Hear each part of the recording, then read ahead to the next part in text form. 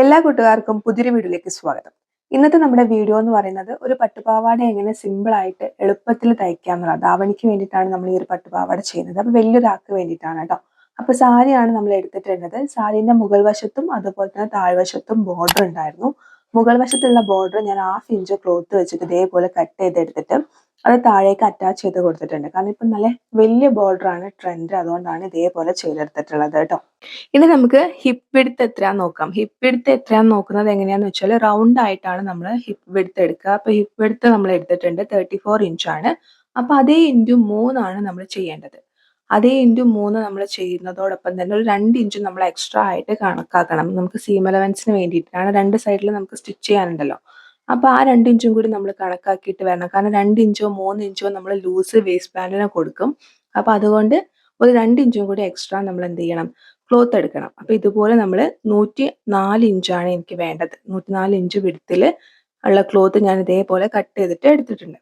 ഇനി ലെങ്ത്ത് എന്ന് പറയുന്നത് നമുക്ക് എത്രയാണോ ലെങ്ത്ത് വേണ്ടത്, എനിക്കിവിടെ ടോട്ടൽ ലെങ്ത്ത് ആയിട്ട് 40 ഇഞ്ചാണ് ലെങ്ത്ത് വേണ്ടത്. അതിൽ നിന്ന് ഞാൻ 2 ഇഞ്ചാണ് വേസ്റ്റ് ബാൻഡ് കൊടുക്കാൻ ഉദ്ദേശിക്കുന്നത്. അപ്പം 40ന്ന് 2 ഇഞ്ച് നമ്മൾ മൈനസ് ചെയ്യുമ്പോൾ ബാക്കി നമുക്ക് 38 ഇഞ്ചാണ് ഉണ്ടാവുക. ഈ 38ന്റെ കൂടെ നമ്മൾ ഒരു 1/2 ഇഞ്ച് സീം അലവൻസ് കൂട്ടണം. താഴെ നമുക്ക് ബോർഡർ ഉള്ള ക്ലോത്ത് ആയതുകൊണ്ട് തന്നെ താഴെ നമുക്ക് മടക്കി തയ്ക്കാനില്ല. മുകൾ വശം മാത്രം നമുക്ക്, അതായത് വേസ്റ്റ് ബാൻഡും നമ്മുടെ സ്കേർട്ടും ഒന്നിച്ച് അറ്റാച്ച് ചെയ്യാൻ വേണ്ടിയിട്ട് മാത്രം നമുക്ക് 1/2 ഇഞ്ച് സീം അലവൻസ് മതി.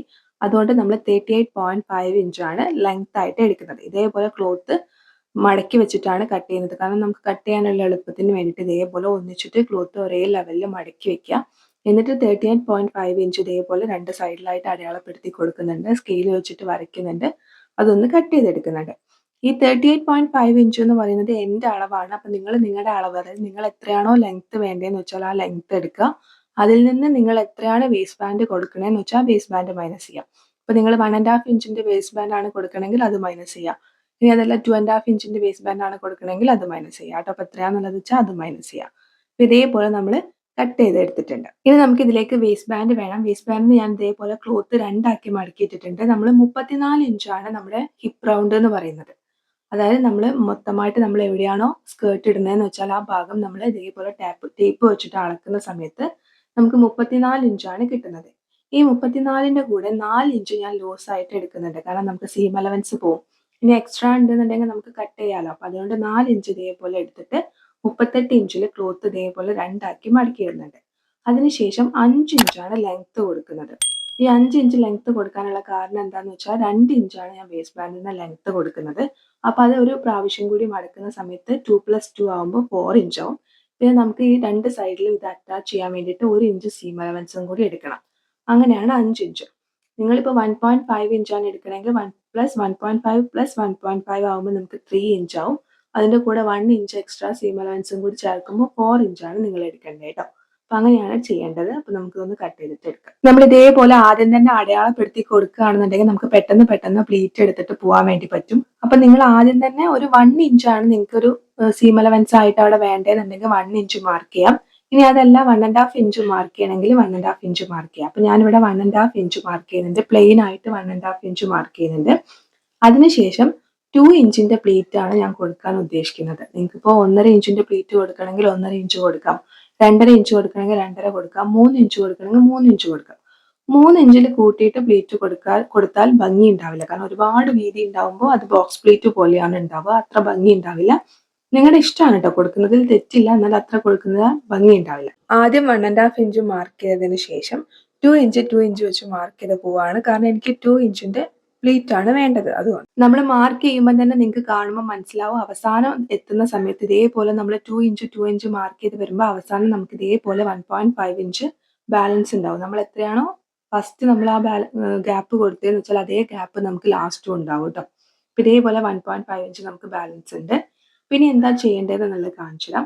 ആദ്യം നമ്മൾ 1.5 ഇഞ്ച് മാർക്ക് ചെയ്ത പോയിന്റ് കഴിഞ്ഞിട്ടുള്ള ആ ഒരു 2 ഇഞ്ച് ഉണ്ടല്ലോ, അത് അവിടെ തന്നെ വെച്ചതിന് ശേഷം അതിന് തൊട്ടടുത്തുള്ള 2 ഇഞ്ച് നിങ്ങൾ സ്ക്രീനിൽ കാണുന്ന പോലെ ഇതുപോലെ നമ്മൾ പ്ലീറ്റ് ആക്കിയിട്ട് കൺവേർട്ട് ചെയ്യാം. നിങ്ങൾക്ക് കാണുമ്പോൾ മനസ്സിലാവുന്നുണ്ടല്ലോ. ഇതുപോലെ നമ്മൾ അത് കഴിഞ്ഞിട്ടുള്ള ഒരു പോയിന്റ് അവിടെ വെച്ചിട്ട് അതിന് അടുത്തുള്ള പോയിന്റിലേക്കാണ് നമ്മൾ ഇതേപോലെ വെക്കുക. എന്നിട്ട് നമ്മൾ എന്ത് ചെയ്യുക, അവിടെ ഒരു പിൻ കുത്തി കൊടുക്കുക. അടുത്തതും ഇതേപോലെ സെയിം നമ്മൾ എന്ത് ചെയ്യുക, ഇതേപോലെ പ്ലീറ്റ് ആയിട്ട് കൺവേർട്ട് ചെയ്തതിന് ശേഷം പിൻ കുത്തി കൊടുക്കുക. ഇതിപ്പോൾ ഞാൻ ജസ്റ്റ് നിങ്ങൾക്കൊന്ന് കാണിച്ചു തരാൻ വേണ്ടിയിട്ട് ഇതുപോലെ പിൻ കുത്തി കൊടുത്തുന്നേ ഉള്ളൂ. നമ്മൾ ചെയ്യുന്ന സമയത്ത് ഇങ്ങനെ റാൻഡം ആയിട്ട് ഇങ്ങനെ പ്ലീറ്റ് ഇട്ട് പോയാൽ മതി. കാരണം ഓൾറെഡി നമ്മൾ മാർക്ക് ചെയ്തല്ലോ. അപ്പോൾ അതുകൊണ്ട് തന്നെ ഇങ്ങനെ പ്ലീറ്റ് ഇട്ട് പോയാൽ മതി. അല്ലാണ്ട് ആദ്യമേ ഇങ്ങനെ പിൻ കുത്തി കൊടുക്കണം എന്നൊന്നുമില്ല. ഇനി അതല്ല നിങ്ങൾക്ക് അങ്ങനെ എന്താ പറയുക ഒന്നിച്ച് സ്റ്റിച്ച് ചെയ്യാനൊരു ബുദ്ധിമുട്ടുണ്ട്, അല്ലെങ്കിൽ ബിഗിനേഴ്സ് ആണെന്നുണ്ടെങ്കിൽ നിങ്ങൾക്ക് ആദ്യമേ ഇതുപോലെ പിൻ കുത്തി കൊടുത്തിട്ട് വേണമെങ്കിൽ അയൺ ചെയ്ത് എടുത്തതിന് ശേഷം സ്റ്റിച്ച് ചെയ്യണമെങ്കിൽ ചെയ്യാം കേട്ടോ. അതൊക്കെ നിങ്ങളുടെ ഇഷ്ടമാണ്. അപ്പം ഞാൻ ഇതേപോലെ ഒന്നിച്ചിട്ട് സ്റ്റിച്ച് ചെയ്യാണ് ചെയ്യുന്നത്. നമുക്ക് സ്റ്റിച്ച് ചെയ്യാൻ വേണ്ടിയിട്ട് തുടങ്ങാം. ഞാൻ ആദ്യം തന്നെ പറഞ്ഞിട്ടുണ്ടായിരുന്നു, ഞാൻ അതായത് കുറച്ച് വലിയ ബോർഡറിന് വേണ്ടിയിട്ട് ഞാൻ മുകളിലുള്ള ബോർഡറും കൂടി കട്ട് ചെയ്തിട്ട് താഴേക്ക് ഇതേപോലെ എടുത്തിട്ടുണ്ടായിരുന്നു. അപ്പൊ ഞാൻ അതിനൊരു സാരി പോളൊക്കെ നമ്മൾ കൊടുക്കില്ല, അതുപോലെ ഞാൻ ഇതേപോലെ ലൈനിങ് വെച്ചിട്ടൊന്ന് ജസ്റ്റ് ഒന്ന് അടിച്ചു കൊടുക്കുകയാണ്. എല്ലാ വശങ്ങളും ഇതേപോലെ ഒന്ന് സ്റ്റിച്ച് ചെയ്ത് കൊടുക്കുന്നുണ്ട്. എന്തിനാന്ന് വെച്ച് കഴിഞ്ഞാൽ ഒന്നാമത് നമ്മൾ 2 ബോർഡറും കൂടി ജോയിൻ ചെയ്തിട്ടുണ്ട്. അപ്പോൾ അത് കോട്ടൺ സിൽക്കിന്റെ മെറ്റീരിയൽ ആണ്. ചിലപ്പോൾ നൂല് വലിയാൻ സാധ്യതയുണ്ട്. നമ്മൾ ആ ജോയിൻ ചെയ്ത ഭാഗത്ത് കോട്ടൺ സിൽക്കിന്റെ ക്ലോത്ത് ചിലപ്പോൾ നൂല് വലിയാൻ സാധ്യതയുണ്ട്. രണ്ടാമത്തെ കാര്യം എന്താണെന്ന് വെച്ച് കഴിഞ്ഞാൽ നമ്മളിങ്ങനെ താഴ്വശത്ത് വരുന്ന സമയത്ത് നമ്മൾ 2 ബോർഡർ ചേർത്ത് അടിച്ചതല്ലേ, അപ്പം അത് മടങ്ങി പോവാതിരിക്കാൻ ഇങ്ങനെ നല്ല കറക്റ്റായിട്ട് നമുക്കിങ്ങനെ ഇരിക്കാൻ വേണ്ടിയിട്ടും, പിന്നെ താഴെ ഒരു വെയിറ്റ് ഉണ്ടാവുന്ന സമയത്ത് അത് നന്നായിട്ട് അങ്ങനെ ഇരിക്കും. അപ്പം അതിനു കൂടി വേണ്ടിയിട്ടാണ് ഞാൻ ഇതുപോലെ സാരി പോൾ കൊടുക്കുന്നത് പോലെ കൊടുക്കുന്നത് കേട്ടോ. അപ്പോൾ സെയിം ഇതേ ലെങ്ത്തിൽ ഞാൻ, അതായത് ബോർഡറിന്റെ ലെങ്ത്തിനേക്കാൾ കൂടുതൽ ഒരു 1 ഇഞ്ച് എക്സ്ട്രാ എടുത്തിട്ടുണ്ട്. കാരണം നമുക്ക് 2 സൈഡും മടക്കി കൊടുക്കണമല്ലോ, അതുകൊണ്ട് 1 ഇഞ്ച് എക്സ്ട്രാ എടുത്തിട്ട് ഇതേപോലെ 1/2 ഇഞ്ച് മടക്കിയിട്ട് ഞാൻ ആദ്യമേ ഒന്ന് അയൺ ചെയ്തെടുത്തിട്ടുണ്ട്. ഒരു പീസിന്റെ 1/2 ഇഞ്ച് മടക്കിയിട്ട് അയൺ ചെയ്തെടുത്തിട്ടുണ്ട്. എന്നിട്ട് ഇതേപോലെ നിങ്ങൾ സ്ക്രീനിൽ കാണുന്ന പോലെ സ്റ്റിച്ച് ചെയ്തെടുക്കുകയാണ്. ശരിക്കും അതായത് ആ ബോർഡറിന്റെ താഴ്വശത്ത് ഒരു തേരുവശം വരുന്നുണ്ട്, അതായത് നൂല് വലിയാത്തൊരു വശം വരുന്നുണ്ട്. അപ്പൊ നിങ്ങൾക്ക് ആ വശം വേണ്ടാന്നുണ്ടെന്നുണ്ടെങ്കിൽ നിങ്ങൾക്ക് നല്ല വശത്തിന്റെ മുകളിൽ, അതായത് ബോർഡറിന്റെ നല്ല വശത്തിന്റെ മുകളിൽ നമ്മൾ എടുത്തിട്ടുള്ള ലൈനിങ് വെച്ചിട്ട് സ്റ്റിച്ച് ചെയ്തിട്ട് മറിച്ചിട്ട് ബാക്കോട്ടേക്ക് എടുത്താൽ മതി. അങ്ങനെ ചെയ്യണമെന്നുണ്ടെന്നുണ്ടെങ്കിൽ അങ്ങനെയും ചെയ്യാം. പക്ഷെ എനിക്ക് ആ ഒരു ബോർഡർ ഫുള്ളായിട്ട് അങ്ങനെ തന്നെ വേണം, അത് അതായത് ഒഴിവാക്കണ്ട എന്നുള്ളത് കൊണ്ടാണ് ഞാനും ഇതിങ്ങനെ ചെയ്യുന്നത് കേട്ടോ. ഈ ഒരു രീതിയിൽ ലൈനിങ് 1/2 ഇഞ്ച് ഉള്ളോട്ടേക്ക് മടക്കിയിട്ട് അയൺ ചെയ്തെടുത്തിട്ട് ഞാനത് സ്റ്റിച്ച് ചെയ്തെടുക്കുകയാണ്.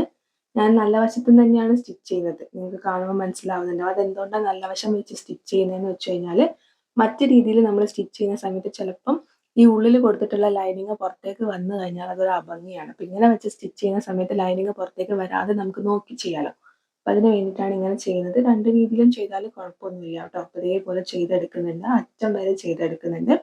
ബാക്കി വരുന്ന ഭാഗം നമ്മൾ ഇതേപോലെ 1/2 ഇഞ്ച് ഉള്ളോട്ടേക്ക് മടക്കിയിട്ട് മുകൾ വശം കൂടി ഒന്ന് സ്റ്റിച്ച് ചെയ്തെടുക്കുന്നുണ്ട്. ഇത് തീർത്തും ഓപ്ഷണൽ ആണ്, നിങ്ങൾക്ക് വേണമെന്നുണ്ടെങ്കിൽ ചെയ്താൽ മതി, വേണ്ടാന്നുണ്ടെങ്കിൽ ചെയ്യേണ്ട. പക്ഷെ നമ്മൾ ലൈനിങ് കൊടുക്കാതെ ചെയ്യുന്ന സ്കേർട്ടാണിത്. അപ്പം അത് കാരണം തന്നെ താഴ്വശം ഒരു ഇതേപോലെ സാരി പോൾ കൊടുക്കുന്ന പോലെ നമ്മൾ കൊടുക്കുകയാണെന്നുണ്ടെങ്കിൽ ആ ഒരു വശം നല്ലൊരു വെയിറ്റ് ഉണ്ടാവും. അപ്പം അത് അങ്ങനെ ആ ഒരു പ്ലീറ്റ് മടങ്ങി പോവാതെ ഇങ്ങനെ ഇരിക്കും. അത് കാണാൻ നല്ലതാണ്. അതുകൊണ്ടാണ് ഞാനിങ്ങനെ കൊടുത്തെടുക്കുന്നത് കേട്ടോ. മൊത്തമായിട്ട് ഞാൻ ഇതേപോലെ ചെയ്തെടുത്തിട്ടുണ്ട്.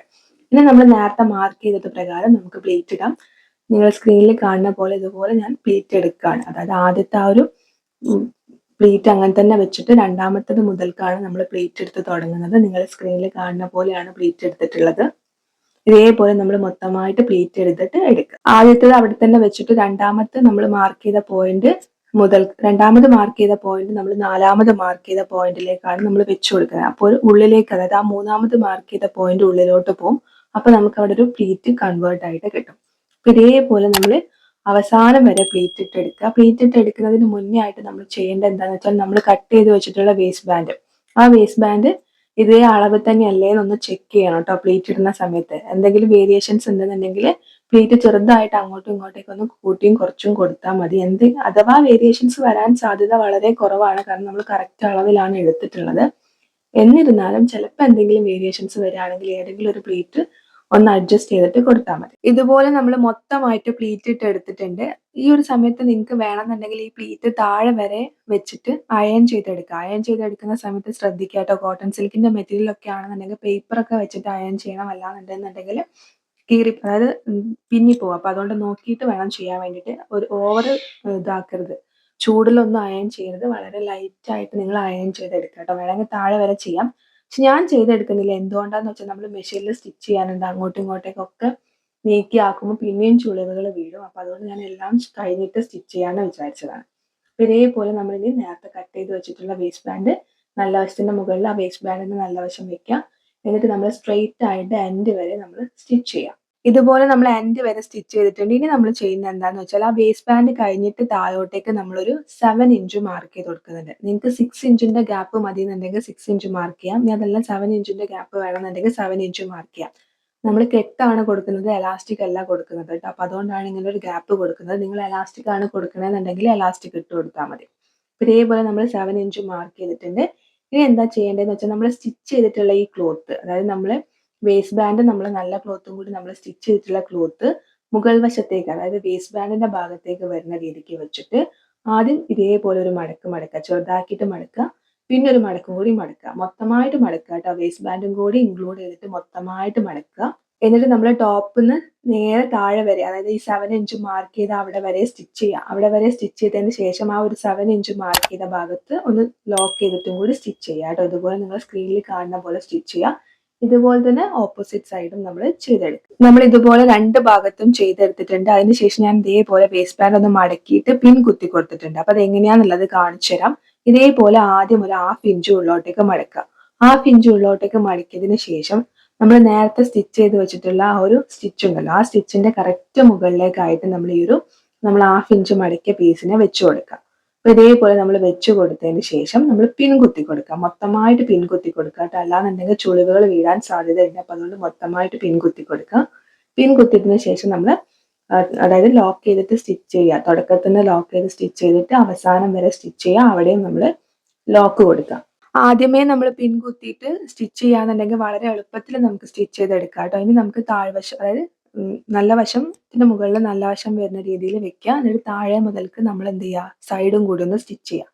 സൈഡ് സ്റ്റിച്ച് ചെയ്യുന്ന സമയത്ത് ആ ഒരു 7 ഇഞ്ച് കൊടുത്തിട്ടുണ്ടല്ലോ, ഓപ്പണിംഗ് കൊടുത്തിട്ടുണ്ടല്ലോ, അവിടെ വരെ സ്റ്റിച്ച് ചെയ്യുക. എന്നിട്ട് അത് ഇതിലേക്ക് ജോയിൻ ചെയ്യുന്ന രീതിയിൽ, കണക്ട് ചെയ്യുന്ന രീതിയിൽ സ്റ്റിച്ച് ചെയ്തിട്ട് നന്നായിട്ട് ലോക്ക് ചെയ്യുക.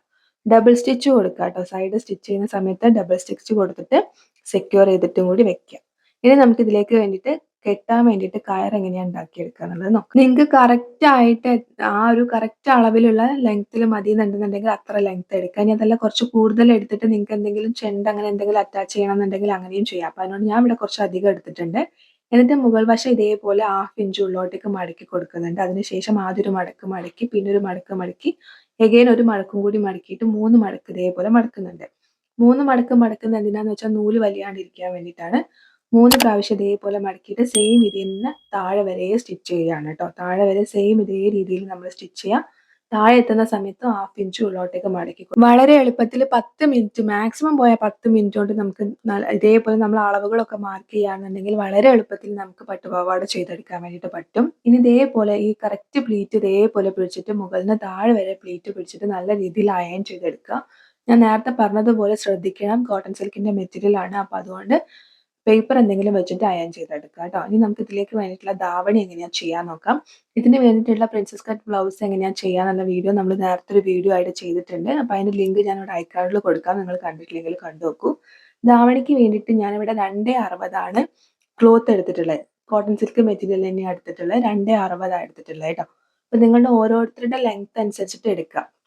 നിങ്ങൾ ഹൈറ്റ് കുറവുള്ള ഒരാളാണെന്നുണ്ടെന്നുണ്ടെങ്കിൽ നിങ്ങൾക്ക് ഒരു 2.25 മീറ്റർ ഒക്കെ മതിയാവും. ഇനി അതല്ലാന്നുണ്ടെങ്കിൽ 2.5 മീറ്റർ മതിയാവും കേട്ടോ. അപ്പൊ ഞാനിവിടെ 2.60 എടുത്തിട്ടുണ്ട്.